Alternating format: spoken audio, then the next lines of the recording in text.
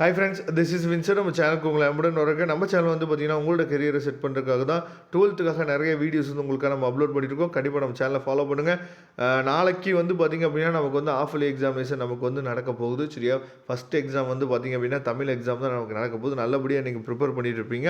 கடைசியாக இந்த மாதிரி கொஸ்டின்ஸ்லாம் நம்ம படிச்சிட்டோமா, இந்த மாதிரி கொஸ்டின்ஸ் வந்து நம்ம ப்ரிப்பேர் பண்ணிட்டோமா அப்படிங்கிறத நீங்கள் என்ன பண்ணுங்கன்னு சொல்லி பார்த்தீங்கன்னா, ஒன்ஸ் நீங்கள் பார்த்துங்க. சரியா?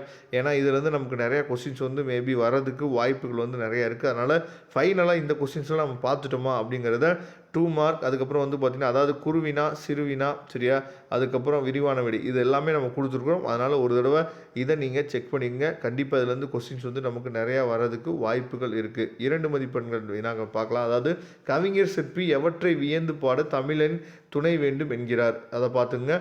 விலங்குகளும் பறவைகளும் எவ்வாறு நடுங்கியதாக நக்கீரர் கூறுகிறார்.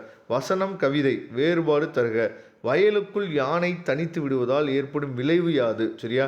அதுக்கப்புறம் புகில், அதாவது தன்மனை, சிறு குறிப்பு வரைக. சென்னையை அலங்கரித்த ஆறுகளை எழுதுக. பின்னணி இசை படத்தின், அதாவது காட்சி அமைப்புக்கு எவ்வாறு, அதாவது பின்னணி இசை படத்தின் காட்சி அமைப்புக்கு எவ்வாறு உயிரூட்டும்? முகம், அதுக்கப்புறம் முகவரியற்று போனதற்கு சுகந்தி சுப்பிரமணியன் கூறும் காரணத்தை எழுதுக. பெருங்கடல் வேட்டத்து சிறுகுடி பாதவர். சரியா? தொடரில் உள்ள முரண் நயத்தை குறிப்பிடுக. அதாவது நயத்தை பற்றி நம்ம எழுதுகிறோம். அதுக்கப்புறம் துன்பு உள்ளது எனின் அன்றோ சுகம் உள்ளது. சரியா? என்ற ராமனின் கூற்றுக்கு பொருத்தமான பழமொழியை எழுதுக. ஒருமுக எழுநி, அதுக்கப்புறம் பெருமுக எழுநி. சரியா? குறிப்பு எழுதுக அப்படின்னு சொல்லி கொடுத்துருக்காங்க. அதுக்கப்புறம் மனிதன் தன் பேராசை காரணமாக இயற்கை வளங்களை கடுமையாக சேதப்படுத்திய விளைவை இன்று சந்தித்து கொண்டிருக்கிறான். அதாவது இரு தொடர்களாக மாற்றுகன்னு சொல்லி கொடுத்துருக்காங்க. இதை எழுதலாம். அதுக்கப்புறம் அக்காலத்து கல்வி முறையில், அதாவது மனை பயிற்சிக்கு உதவி ஏதேனும் 4 நூல்களை எழுதுக. ரொம்ப ரொம்ப முக்கியமான கொஸ்டின், அடிக்கடி எக்ஸாமில் கேட்குறாங்க. போன வருஷம் நமக்கு நடந்த ஆஃப்லி எக்ஸாமினேஷனில் கூட என்னன்னு சொல்லி பார்த்தா இந்த கொஸ்டின் வந்து கேட்டிருக்காங்க. அதுக்கப்புறம் படத்தொகுப்பு என்பது யாது? கவிஞர் சிற்பி எவற்றை வியந்து பாட தமிழன் துணை வேண்டும் என்கிறார்? நிலையாமை குறித்து சவரி உரைக்கும் கருத்து யாது? பகைவராலும் அழிக்க முடியாத அரண் எது? இறைமகனார் இன்னலை கண்டு மக்கள் எவ்விதம் புலம்பினர்?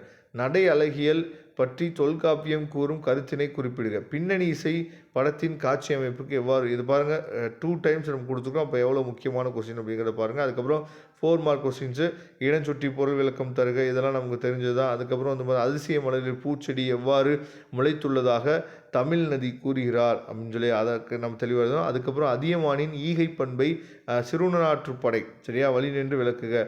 நாட்டிய அரங்கின் அமைப்பை இளங்கோவடிகள் காட்சிப்படுத்தும் பாங்கு குறித்து எழுதுக. கலை முழுமை என்றால் என்ன? விளக்குக. பேரிடர் மேலாண்மை வாரியம் விளக்கம் தருகன்னு சொல்லி கொடுத்துருக்காங்க. அதுக்கப்புறம் சென்னை நகரின் போக்குவரத்து வளர்ச்சி குறித்து எழுதுக.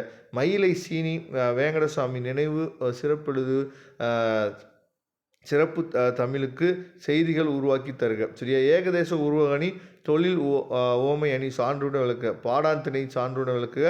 அம்முவனார் தலைமகன் பாங்குக்கு உரைத்ததாக கூறுவன யாவை? வாடை காலத்தில் கோவலர் எவ்வாறு பாதுகாப்பை தேடினார்? அதுக்கப்புறம் வருபவர் எவராயினும் நன்றி செலுத்து, இடம் சுற்றி பொருள் விளக்கு. இதெல்லாம் ரொம்ப ஈஸி தான். சினத்தால் வரும் கேட்டினை கூறுக. அதுக்கப்புறம் அகனார் குறிப்பு வரைக. சென்னையின் பண்பாட்டு அடையாளங்களில் இன்றும் நிலைத்து நிற்பனவற்றை குறிப்பிடுக. கவிதை மறுதலை தொடர் சான்று தந்து விளக்குக. சரியா? எழுத்தாணிகள் குறித்து ஊவேசா கூறுவன யாரு? சரியா? அதுக்கப்புறம் திரைப்படத்தின் காட்சியின் ஆற்றலை எடுத்துக்காட்டுடன் புலப்படுத்துக.